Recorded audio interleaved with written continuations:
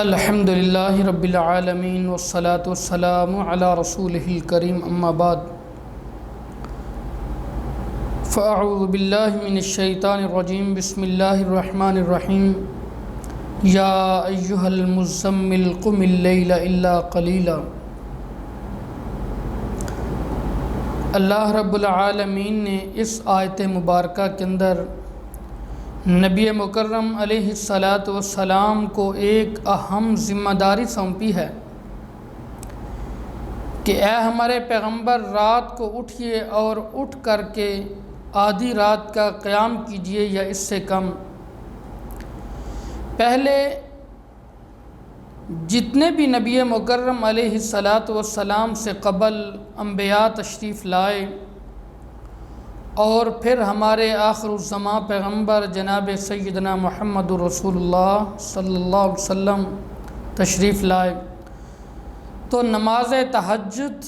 قیام اللیل کو اللہ تعالیٰ نے تمام نبیوں پر فرض رکھا۔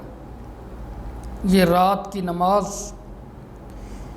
یہ اللہ کے ہاں بڑی اہمیت والی، بڑی قدر و قیمت والی ہے،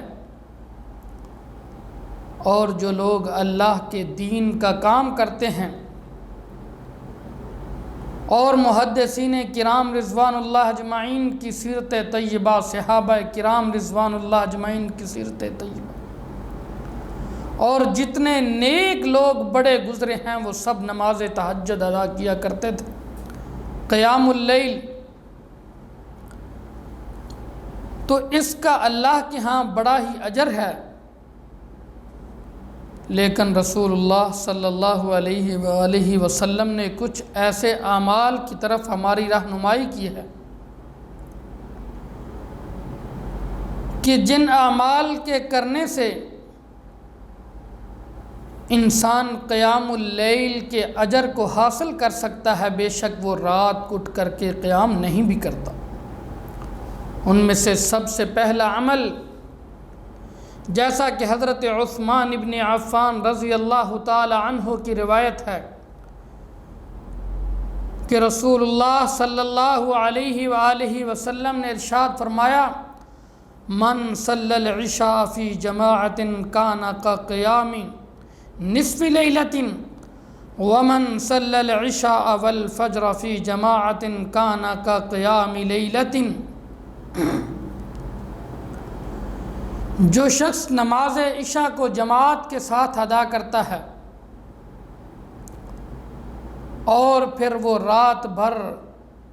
آرام کرتا ہے تو اس شخص کو آدھی رات کے برابر قیام اللیل کا ثواب ملتا ہے۔ اور دوسرا وہ شخص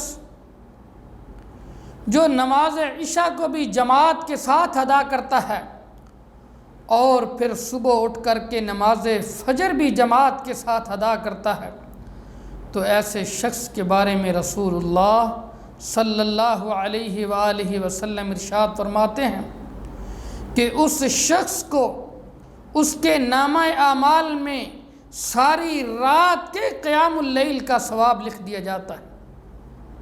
تو اس لیے فرضی نمازوں پر انسان کو حریص ہونا چاہیے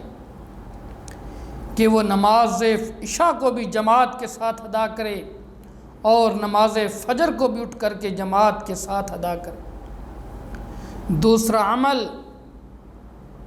جو قیام اللیل کے ثواب کے برابر ہے،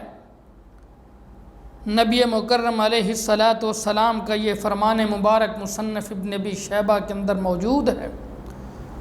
آقا کائنات علیہ السلام ارشاد فرماتے ہیں، 4 رکعات قبل الظہر یعدلن بصلاۃ السحر، کہ جو شخص نماز ظہر سے قبل 4 رکعت نماز ادا کرتا ہے، یہ 4 رکعت پڑھنے والا شخص رات کی نماز کے برابر ثواب حاصل کر لیتا ہے۔ تو اس لیے فرائض کے ساتھ ساتھ ان سنن مؤکدہ پر عمل کرنا بھی انسان کے لیے عظیم ترین اجر کے باعث کا مستحق انسان ٹھہر جاتا ہے، اس کے لیے یہ اجر کا باعث بنتے ہیں یہ اعمال۔ اور تیسرا عمل سورۃ البقرہ کی آخری آیات، جو شخص سورۃ البقرہ کی ان آخری آیات کو رات کے اندر پڑھ لیتا ہے، امام نووی رحمۃ اللہ علیہ ارشاد فرماتے ہیں کہ انسان کا یہ عمل قیام اللیل کے برابر ہے۔ اور دوسری اس کی توجیہ یہ بیان کرتے ہیں کہ شیطان کے ہر قسم کے شر سے انسان محفوظ ہو جاتا ہے۔ اور تیسرا عمل انسان کو ہر طرح کی آفات سے بچا لیا جاتا ہے۔ حافظ ابن حجر رحمۃ اللہ علیہ فرماتے ہیں کہ جو آخری رائے ہے کہ ہر قسم کی آفات سے انسان کو بچا لیا جاتا ہے، یہی میرے نزدیک راجح عمل ہے۔ اور حضرت عبداللہ ابن مسعود رضی اللہ تعالی عنہ سے روایت ہے کہ من قرأ خاتمۃ البقرۃ اجزأت عنہ قیام لیلۃ، کہ جو شخص سورۃ البقرہ کی رات کو آخری ان 2 آیات کی تلاوت کر لیتا ہے تو یہ اس شخص کے لیے قیام اللیل کے برابر اس شخص کو ثواب مل جاتا ہے۔ تو اس لیے یہ مختصر اعمال جو انسان کے لیے قیام اللیل کے اجر کے برابر ہیں، تو ان اعمال کو کرنے کی کوشش کرنی چاہیے۔ اللہ رب العالمین سے دعا ہے کہ عمل کی توفیق عطا فرمائے۔